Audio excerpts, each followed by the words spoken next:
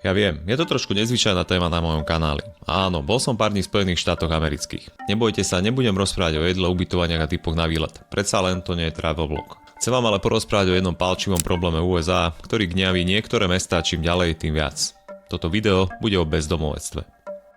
V prípade, že sa rozhodnete ísť do USA a konkrétne do Kalifornie a pôjdete do miest ako je Los Angeles a San Francisco, tak si určite v centre miest všimnete zvýšený počet bezdomovcov. My sme prakticky mali slušný hotel v San Francisku, rovno v strede ulice, kde prebývali. A to bolo v zásade centru mesta, 11 minút peši od centrály Twitteru. A keď si teraz predstavíte ten kontrast behajúcich zamestnancov Twitteru v oblekoch a potom bezdomovcov ležiacich na uliciach, tak to nebude ďaleko od reality. Najhoršie je, že mnohí z nich sú drogovo závislí, čiže ste v strede dňa videli, ako drogujú a dílovanie tiež nebolo výnimkou. Ale aby to nebolo len o opise žalostných pohľadov, pozrime sa na bezdomovectvo v USA a konkrétne v Kalifornii bližšie.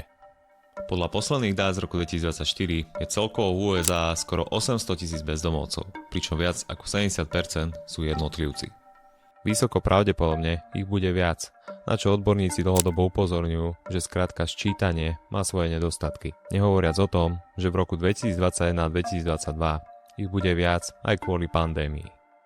V absolútnych číslach je Kalifornia štátom s najvyšším počtom bezdomovcov. V roku 2024 ich tu bolo skoro 190 000. Mimochodom, Kalifornia je najsilnejšou ekonomikou v rámci USA a keby bola samostatným štátom, tak je 5. na svete.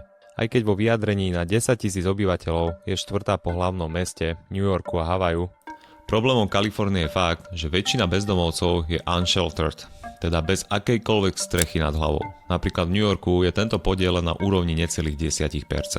A práve toto je ten dôvod, prečo nájdete ľudí spiacich v autách len tak na ulici alebo v stanoch, respektíve v stanových uliciach či mestečkách. Naopak, v New Yorku budú mať nejakú formu ubytovania, či už krátkodobú alebo dlhodobú.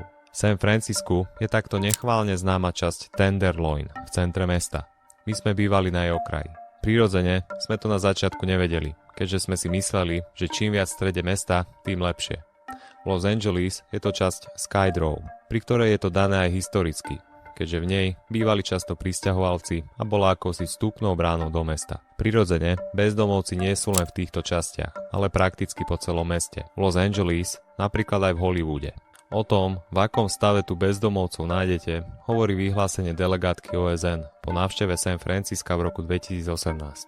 Jej oficiálny report uvádza, že prístup mesta k bezdomovcom je krutý a nehumánny, pričom sú porušované ľudské práva, ako je právo na život, na bývanie alebo na vodu.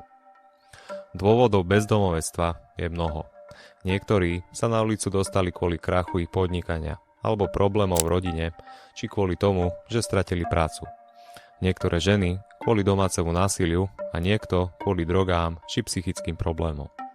Avšak primárnym dôvodom, prečo sa v Kalifornii ľudia dostanú na ulicu, je problém s bývaním. Ale o tom za chvíľu.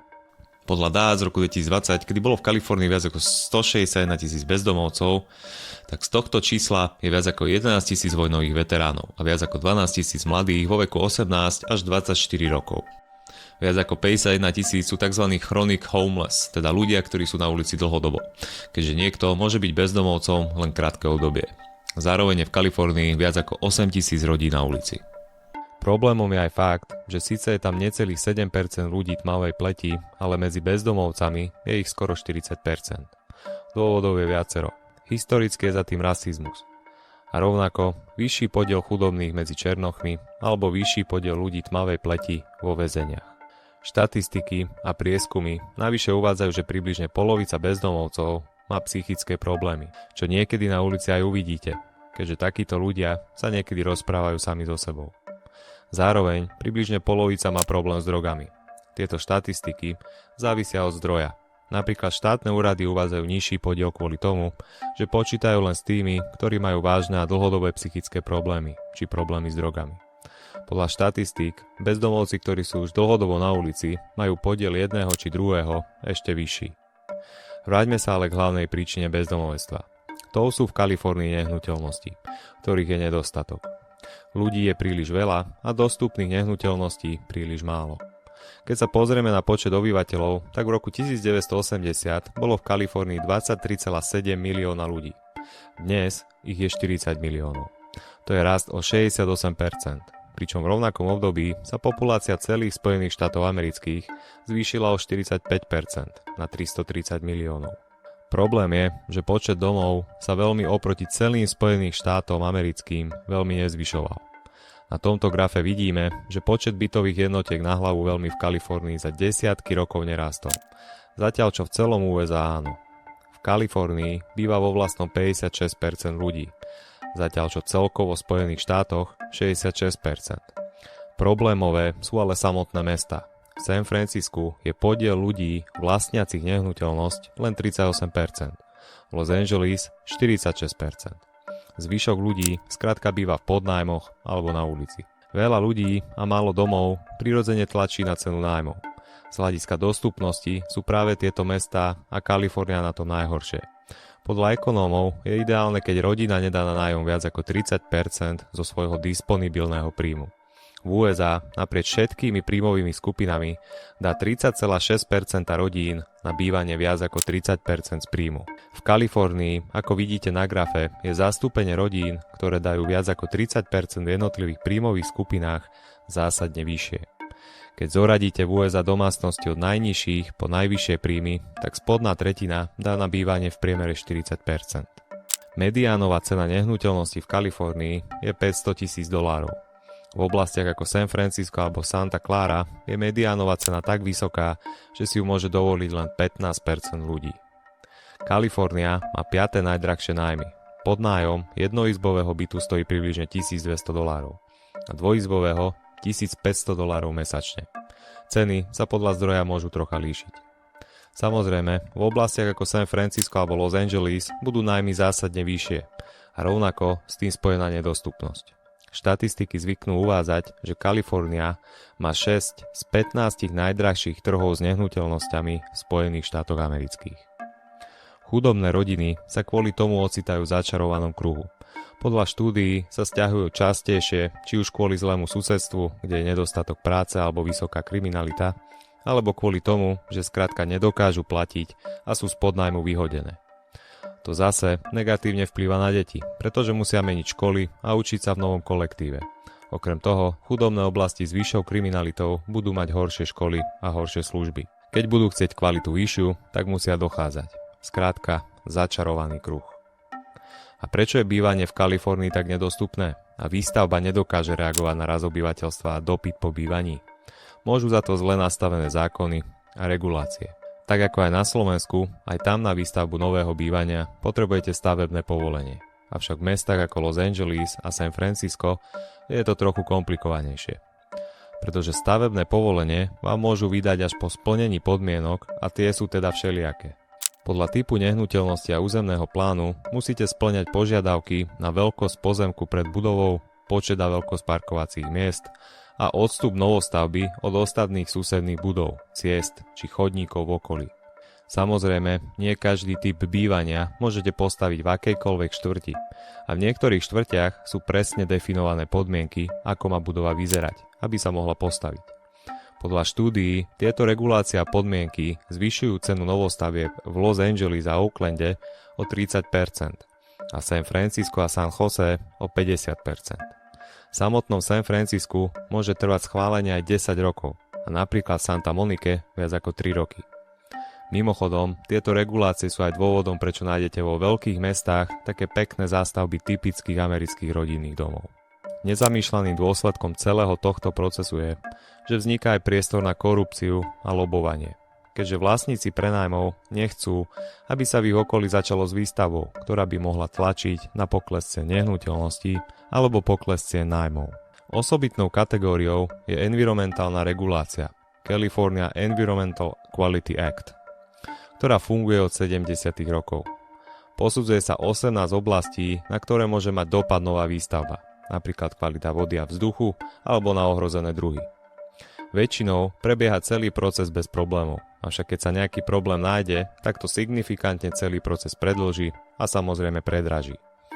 Avšak horšie je, že môže ktokoľvek zniesť voči výstavbe námietku a nemusí sa vôbec týkať životného prostredia. viac ako polovica námietok je ešte k tomu anonymných. Navyše, za novostavby musia developeri platiť jednorazový poplatok, čo môže predražiť nehnuteľnosť od 6 do 18% podľa toho, kde stavajú. A prečo tento poplatok? No, pretože daň z nehnuteľnosti pre existujúce domy je regulovaná. Všetky tieto faktory novú výstavbu len zhoršujú, aj keď na druhej strane treba priznať, že mestá sa snažia tieto chyby minulosti naprávať. Niekoľko rokov, ale potrvá, kým sa výstavba vôbec rozbehne. Netreba zabúdať ani na dedičstvo rasizmu. V 50. rokoch minulého storočia existovali zákony, ktoré na základe farby pleti selektovali, kto kde môže v akej štvrti napríklad v Los Angeles bývať.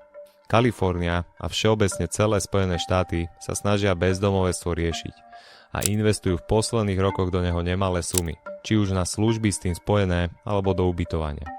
Hlavnou kategóriou ubytovaní sú tzv. Temporary housing alebo permanent housing, teda dočasné bývanie na jednu či viac nocí alebo trvalé bývanie, kde podnájomca platí regulovanú cenu nájomného. V Kalifornii existujú obe typy ubytovaní. Problémom je, že podľa prieskumov je dočasné ubytovanie nie veľmi kvalitné, aj kvôli zlej doprave v mestách ako Los Angeles do neho bezdomovci veľmi nechodia. S dlhodobým ubytovaním je to komplikovanejšie, pretože ho nie je dostatok a nie je rovnomerne v Kalifornii rozložené. Navyše je drahé ho budovať, keďže ako som už spomínal, mestá ako San Francisco a Los Angeles sú drahé. Ročne sa vybuduje v Kalifornii 100 000 bytových jednotiek, pričom podľa analýz by sa malo každý rok vybudovať aspoň 180 000. Okrem toho sa vedú spory o tom, či politika Housing First, ktorá poskytuje trvalé bývanie a ktorej vznik v USA siaha ešte do 90. rokov minulého storočia, je efektívna. Sú štúdie, ktoré hovoria o tom, že viac ako 70 až 80% bezdomovcov, ktorí dostali dotované bývanie a psychologické a iné služby, sa dokázali vrátiť do bežného života. Iné hovoria, že je toto percento nižšie. Problémom je, že Housing First nevyžaduje od bezdomovcov, aby boli triezvi a snažili sa liečiť. Sú to len voliteľné doplnkové služby, ktoré dostanú, ak budú chcieť. Preto to s touto politikou nie je také jednoznačné. Osobitnou kategóriou sú bezdomovci, ktorí sú závislí na drogách alebo majú duševné choroby a poruchy. Takíto potrebujú odbornú pomoc lekárov a liečbu, ktorá stojí ďalšie peniaze a návrat do normálneho života je menej pravdepodobný. A prečo je medzi bezdomovcami toľko duševne chorých? Uvádza sa viacero dôvodov. Jedným z nich je fakt, že Kalifornia v 80. rokoch zredukovala sociálne programy a medzi nimi sa prestali dotovať aj kliniky pre duševne chorých. Tento krok prirodzene niektorých dostal na ulicu. To sa samozrejme snaží Kalifornia v posledných rokoch napraviť, či už cez vládne programy alebo neziskovky. Špecifickým problémom sú drogovo závislí, pri ktorých je problémom ich zo závislosti dostať. Navyše narastá počet úmrtí, a to hlavne na relatívne novú drogu menom fentanyl. Fentanyl sa používa ako liek proti bolesti, a teda prioritne v chirurgii. Je 100-krát účinnejší ako morfín a 50-krát účinnejší ako heroín. Problémom je, že fentanylom je jednoduché sa predávkovať, keďže stačí veľmi malé množstvo.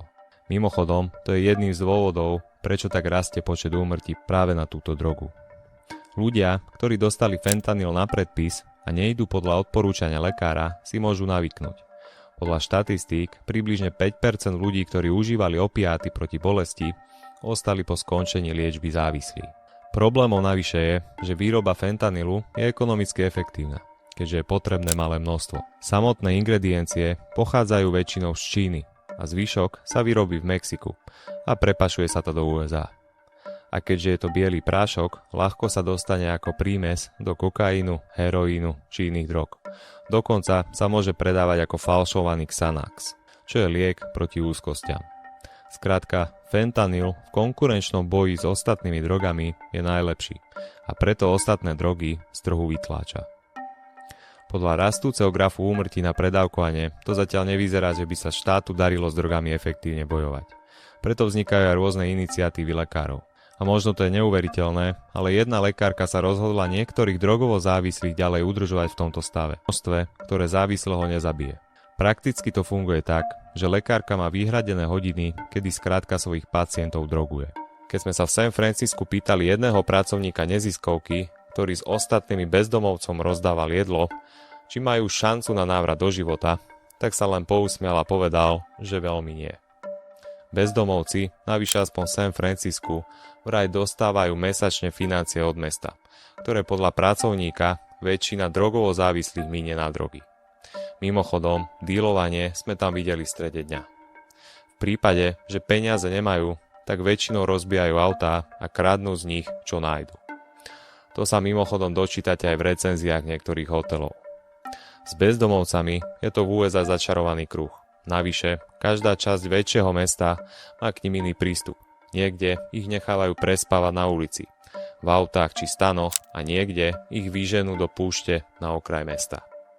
Prirodzene, pre turistov ako som bol ja, je to celkom pekné, keďže nemusíte prekračovať mláčky moču a exkrementy, ale koreň problému to samozrejme nerieši. Keď sa chcete pozrieť na situáciu bližšie, tak si môžete pozrieť videá Michala Šopora, ktorý tejto problematike venoval videá priamo z terénu. A nezabudnite, keď sa vám video páčilo, tak mu dajte like a tomuto kanálu odber, aby ste žiadne ďalšie video nezmeškali.